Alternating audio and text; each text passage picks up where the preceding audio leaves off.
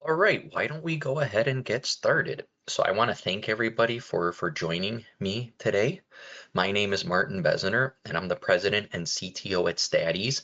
And today we're going to try something new. We give lots of webinars throughout the year, most of them which are close to an hour long. Today, what we're going to do is we're going to try doing a short, targeted 20 to 30-minute webinar on just one specific topic. And that topic is going to be how blocking as well as the issue of random block effects. Now, this is a slightly more advanced topic, so we will do just a little bit of review.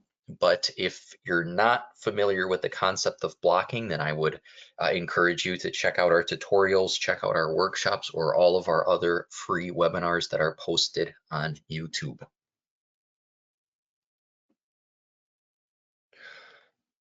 So to avoid any audio disruptions, everybody is muted. If you have any questions, you can go ahead and use the questions feature, the little widget in GoToWebinar. I'll try to periodically check the questions as they come in.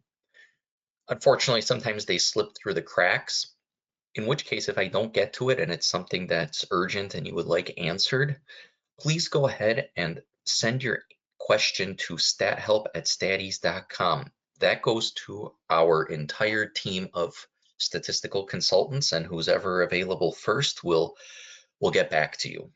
Okay. And finally, as somebody always asks, we will be posting a recording of this probably later today. It'll be on our website and on YouTube, and we'll also have a copy of the slides as well available. And just one quick FYI, we do have a new set of workshops that are probably pretty close to wrapping up right now, though we still do have a few.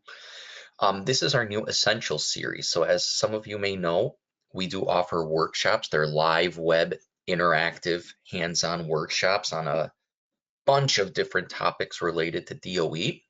Most of them are 4 or 5 half days, but we've gotten a lot of demand in the past year or so for shorter workshops. So these are just 2 half-day sessions. We have some on factorial designs, we have some on response surface, on mixture designs, and so on. So this is the Essential series, which is still running right now. So if you see something here that you might want to get more information on or more training on, please go ahead and check out our website here, okay, or contact us and we'll point you in the right direction. So with that, let's get on to today's topic. So the first thing we're going to talk about is just a review of why we want to block and when we would block an experimental design. I'll spend a little, well, the bulk of our time here today talking about the issue of fixed versus random blocks. In other words, should we model blocks as fixed effects or should we model them as random effects? I'll work through a short example in our software Staties 360 here, and then give you just some tips and tricks that you can take with you when you want to go and do this on your own. So let's talk about why we would block an experimental design. So in many experiments, okay, that you may do, there's factors that you intentionally change. And what you want to do is you want to see, well, as I change one factor from setting A to setting B, does that affect what it is that I'm measuring? Okay, so those are what we call, those are the factors, and that's what we're interested in. However, in many experiments, there are external sources of error. So really things that we can control, but we know that they're going to be affecting the responses that we're measuring. For example, if we're using lots of raw material or batches of raw material, okay, it's unlikely that every batch is exactly identical to the previous batch and so on. There's variability. Sometimes vendors there might be some vendor to vendor variability. Sometimes the specific batches might be different. There might be, one might be not quite as pure as another one and so on. Now, if you're doing an experiment and you have to use 3 or 4 or 10 or 50 lots of raw material, chances are that there's going to be some lot-to-lot differences which are propagating error throughout your experiment and in the analysis as well. There's also things like differences in lab sites. Not every labs might be as precise or as good as other ones. I mean, there are dozens, if not hundreds, of different things that you might be able to think of that might affect your experiment that you can't really control. Okay, maybe it's impossible to use one lot of raw material. Maybe it's impossible to do the experiment in a single day. Might be impossible to use one piece of equipment. So in this case, we have something that's known to cause error and variation in our response, but we can't really control it. And you know, the thing is that we don't necessarily care about the differences in lots of raw material, because I might have 10 lots of raw material today, and then the next, you know, two days later, I'm going to get 10 brand new lots of material. And once I use a lot or a batch, it's kind of gone for good. I can't ever go back to that exact lot of raw material. Okay. But the problem is we don't really care about those effects. We know that there's differences and we don't care really what they are. But the problem is that they add extra noise to the experiment. And that noise is likely going to reduce power if you're doing like a factorial design, as well as precision if you're doing like a response surface design.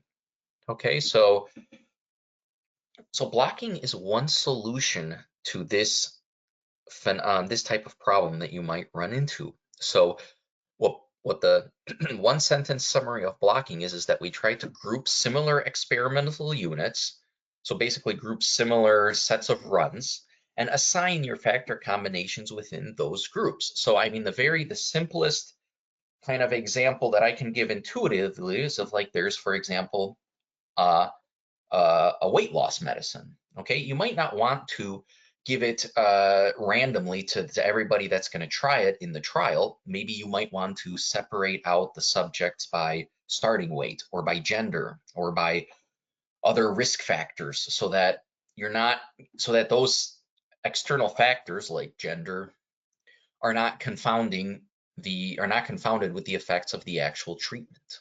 Okay, so just to show a picture of this, here's what a fully randomized experiment might look like. Okay, so notice that this is, you know, group A, this is group B. Let's say you had a nuisance factor, like for example, day. You might need to do this experiment over 2 days. Well, if you just haphazardly and randomly assign the runs here, you might get a situation where almost all of A is given on the first day and almost all of B is given on the second day, in which case it's hard to separate out the effect of days and the actual treatment. In a blocked experiment, you'd do something like this. You would first figure out that there's a nuisance factor or something that you might want to block on. And then what you would do is you would evenly kind of distribute the treatments across the two blocks here. Okay, and obviously the software will do this for you, but this is intuitively what it looks like. So what does blocking ultimately do? Well, it removes noise. That's one of the big reasons why we do it. Because if we can get rid of the noise from some nuisance factor that we know of, like days or lots of raw material, okay, then ideally the error in the design should be lower. So if you're looking at like a signal to noise ratio, the noise in the denominator is smaller, which means you get a bigger signal to noise ratio. So that'll give you higher power in factorial designs, as well as more precision, which usually means narrower confidence intervals when you're doing response surface and mixture designs. Blocking, here's kind of the take-home message. Blocking isn't always a statistical question, the idea of should you block or not. It's generally done when you have a reason to believe that there's something going on. It's hard to statistically test, well, should I include days as a block or should I include operators as a block? It really starts with the subject matter. Okay, are you aware of something that historically has been inconsistent, like site to site variability and so on? In which case you might want to consider blocking on that.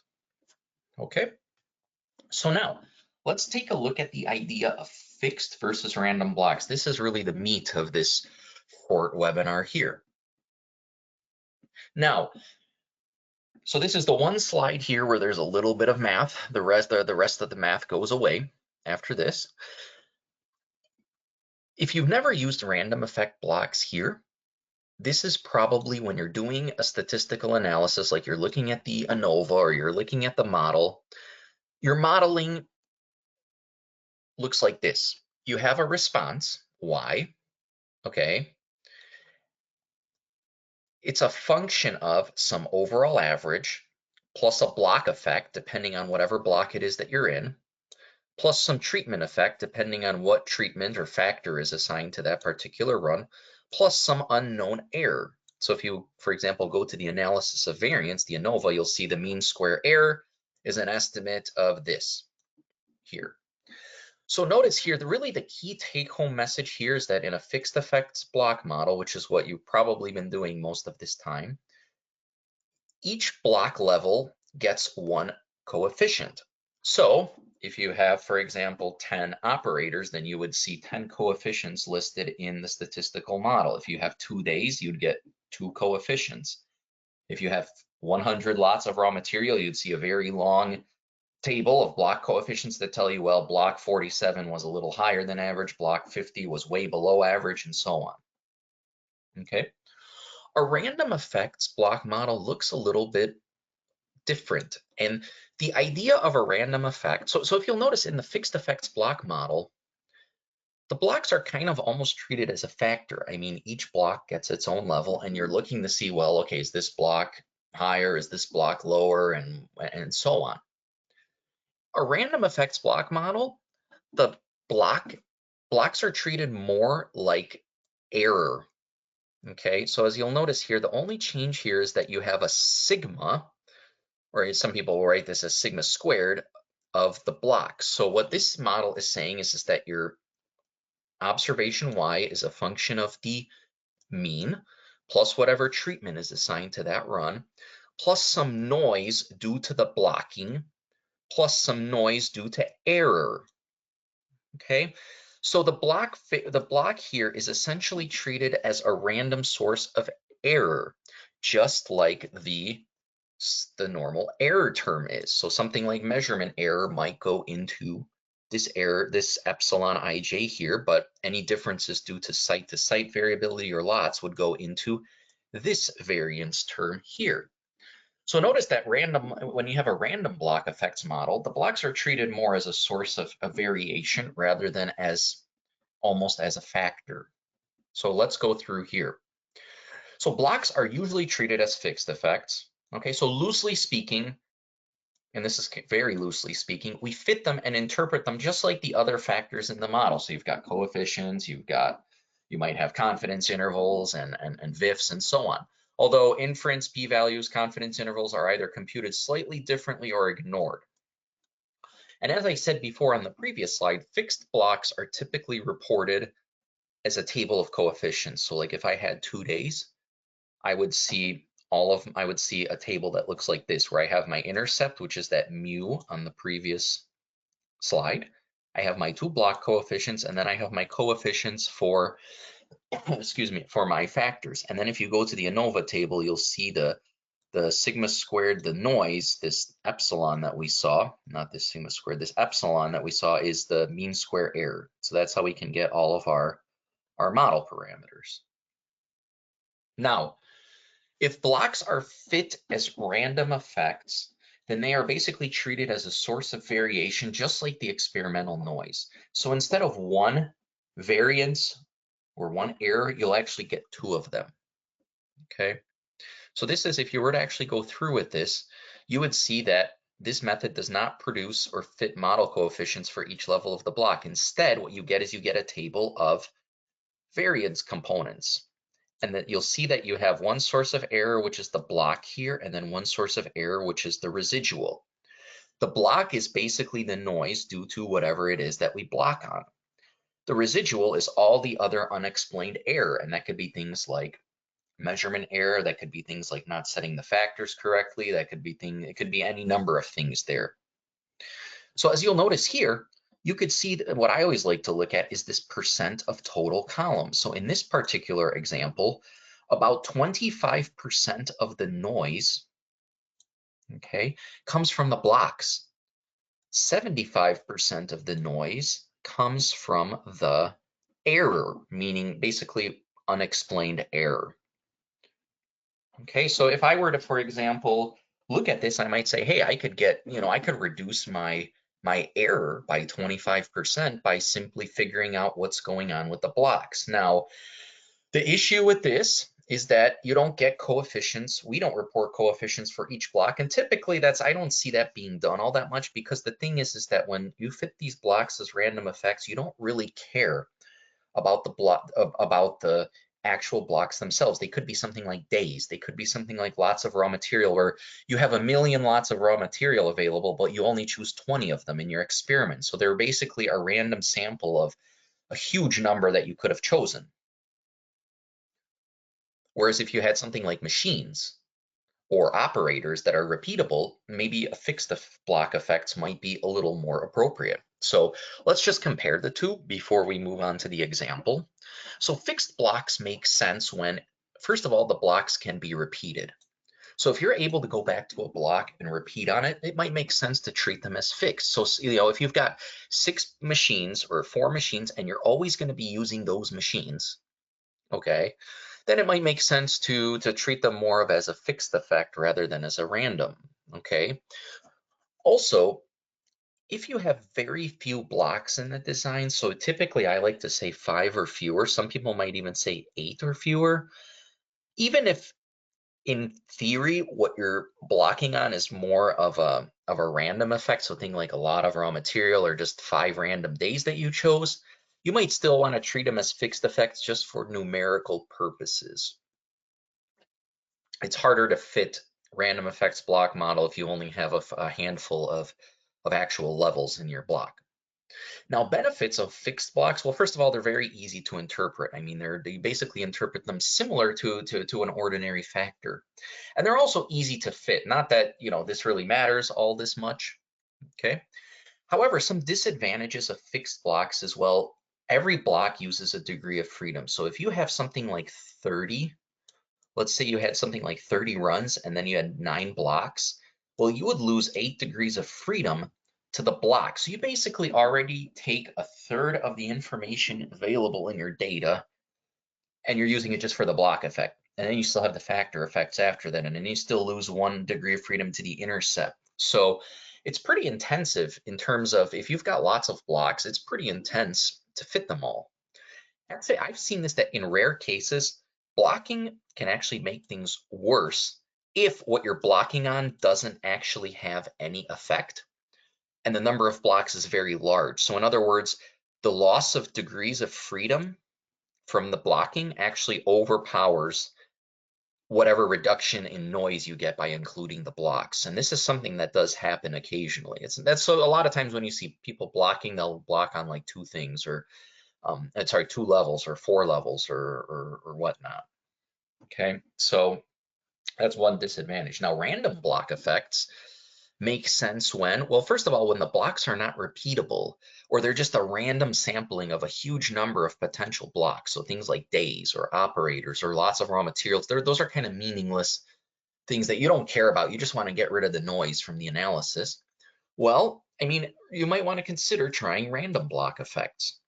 Also, if you have many blocks in the design, like if you have 50 blocks and you have 80 runs, I mean, I don't see really any other way to do it other than fitting them as random effects. Now, sorry, this should say benefit of random blocks here. Well, first of all, you get a simpler model rather than getting, a huge, enormous table of coefficients that each use up 1 degree of freedom. You get a single variance associated with that block. So in other words, you're using fewer degrees of freedom for the model parameter estimates. Okay, it's basically one variance. They use a block variance will use the same number of degrees of freedom as the error variance. I mean, it's basically 1.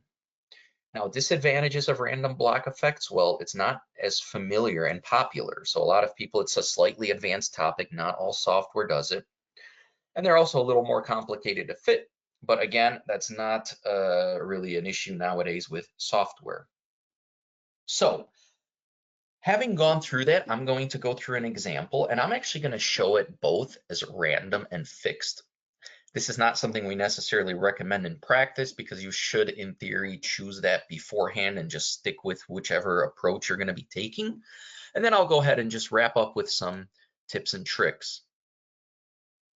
And I got a question here. Can we apply a block to already existing model and data? Well, you have to set up the experiment as a blocked experiment. So generally we don't do this. That's kind of the short answer. But if you happen to know, okay, I did these runs on day A, these runs on day B, you could try including a block. But a lot of times if you do it afterwards, it gets really messy. Sometimes you run into aliasing issues. So I mean, I generally don't recommend it unless you're very, very careful and everything was set up properly.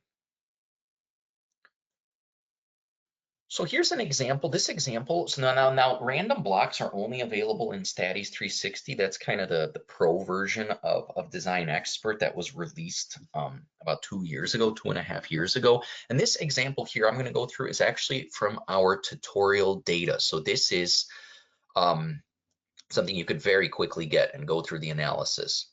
So what's going on here is that galvanized steel bars are bonded together. And then what's done is that the shear strength of the bonded bars is measured. So they're basically trying to shear them. And what they're doing is they're looking at a few factors in the preparation. Basically, at what temperature are they bonded at and for how long? Now this experiment, there was no way they could do this experiment in one day. They did a total of 118 independent runs. So they bonded together 118, well, times 2 of these galvanized steel bars, and they did it over 12 days. Okay, so they did roughly 10 per day. And this is an actual experiment. This comes from a journal. So this is real data here. And because the days are not repeatable, they are simply a random sampling of all of, whatever, hundreds, thousands of days that could have been chosen. Blocks here are treated as random effects in the analysis. So I'm going to go over to our software. If you go to, let me just make sure everything is okay here with the view. Yeah, so if you go to our software and you go to help and tutorial data and you go to shear strength, you'll get this this design here. And there's a very lengthy explanation of what's going on here. So you'll see that the experimental design looks similar here. Okay, it's there's a block effect here. Okay, there's temperature, time, and then the measured shear strength in pounds per square inch. So it's already pre-analyzed with fixed effects here. So notice how in Statis 360, when you go to the analysis, you'll see that there's an option here for analyze blocks as fixed effects or random effects. Now in this case, what they had done is they had fit this as a quadratic model. Okay, it's pre-analyzed like this, but so you can see that the coefficients are all over here. I'm going to make this bigger. You'll see that there's a lot of coefficients here. Okay, one for every single day. However, what I can do is I can click on this plus button, create a new analysis. And what I'm going to do is I'm going to fit it as a random block effects model. So I'll click start analysis. I'm just going to fit the quadratic model just to save some time. But you'll notice here how now you have this table of variance components here, and it's right here. You still have coefficients for each of your model effects. You still have some R-squareds and diagnostics. But what you can see here now is that blocks accounted for roughly 22% of the total variability in the system. Okay, in your design. So you can see that the day-to-day variability explains, it's almost like if you've ever done gauge R&R or if you've done measurement systems analysis, you could see that blocks are treated as a source of variation, and then they're about 21% of the total variation here. Okay. All right, so you can, everything after that is done basically the same way as you would do it before. Now, this design is actually one where you have a lot of runs. You have 118 runs. So, I mean, even if you fit this as a fixed block effects model, it wouldn't be, it probably wouldn't be the end of the world, but it's still, I think in this case, it makes more sense to look at the days as random because they really are random things that we don't really that don't have a ton of meaning. I mean, we could have replaced this with day 1, day 2, day 3, because we can't go back in time and repeat the blocks. Okay.